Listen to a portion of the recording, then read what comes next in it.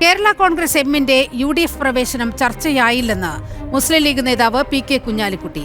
ആശയപരമായി യോജിക്കുന്നവരുമായി സഹകരിക്കാമെന്നാണ് UDF നിലപാട്. എന്ത് നിലപാടെടുത്താലും ലീഗിനെ ബാധിക്കില്ല. തെരഞ്ഞെടുപ്പിൽ ലീഗ് കൂടുതൽ സീറ്റ് ചോദിക്കുന്ന കാര്യം ഇപ്പോൾ അജണ്ടയിലില്ലെന്നും കുഞ്ഞാലിക്കുട്ടി കൊച്ചിയിൽ പ്രതികരിച്ചു.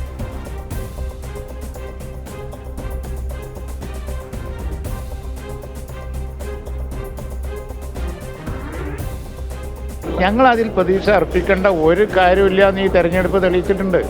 അപ്പോൾ അതുകൊണ്ട് എന്ത് നിലപാട് അവരെടുത്താലും ഞങ്ങളെ ബാധിക്കൂല.